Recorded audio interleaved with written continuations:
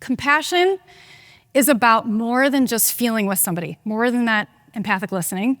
It's about action. It's about doing something to help alleviate struggle, stress, and suffering. Now, keep in mind that awareness and that listening that we just did are already powerful actions. I don't want to create a false dichotomy between, the awareness, the self-compassion, and the listening, and action over here, because those are powerful actions already. But there's a lot more that can be actually done. And I was thinking with all of you, I've been looking forward to this keynote for a long time, and I've been holding you in my heart and mind. And I thought to myself, what would be most helpful to talk about here? And I decided that I'd like to talk about how to act with compassion and directness when you need to say hard things to people on your teams, maybe court users, whatever. Because, again, let's face it, leaders have to say hard things. If you lead a team, when there's underperformance, when there's mistakes, when people are checked out, or just when the work isn't good enough. You have to be able to have these conversations in a very direct way, but also caring. Let me tell you a story. This is my friend Kate. And Kate is the CFO of a company that makes snack foods for kids. A while back, one of her employees, let's call him Bob made a massive mistake. He put in an order. Well, a little bit of background here. When you're making snack foods for kids, there are certain ingredients you have to make sure are not included in the ingredient list because they're toxic and they're illegal. You can't have them in the ingredients. Bob put in a massive order overseas for a whole heck of a lot of snacks to be made, failed to notice that the toxic and illegal ingredient was included in the recipe. The snacks got made, shipped to the US shoreline. You can guess what happened. The authorities discovered the toxic ingredient, and the whole lot had to be confiscated and discarded.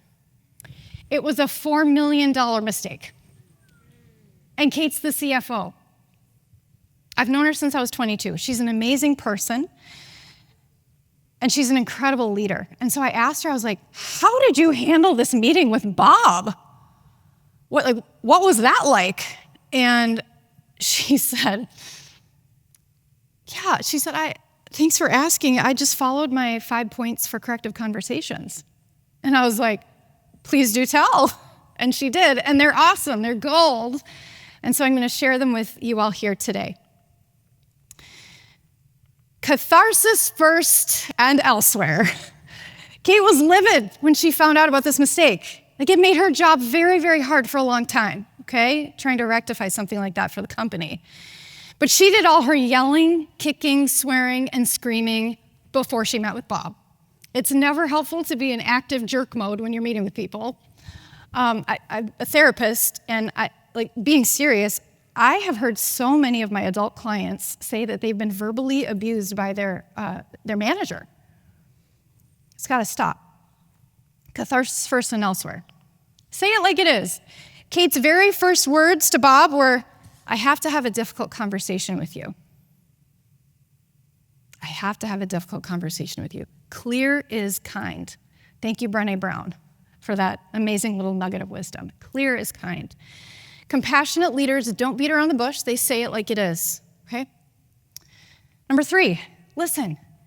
Kate's very first question, after she said, I have to have a difficult conversation, and he found out what it was about, she said, help me understand. I don't know exactly how she filled it out, but help me understand what went into this. What were some of the factors? How did this happen? And she says when she does this in these situations, she often learns there were factors she didn't know about. And in this case, there was a factor. Bob was a new employee when he put in that order, and he was supposed to be being mentored by somebody else, putting in these orders. And that person was out to lunch. So she did learn that, okay, there's a couple of conversations I have to have here.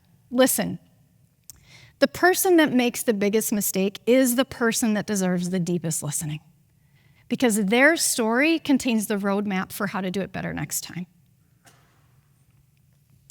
Don't define them by their worst moment. This is maybe especially important in a courthouse setting. Most people are, the worst of the worst on their worst days.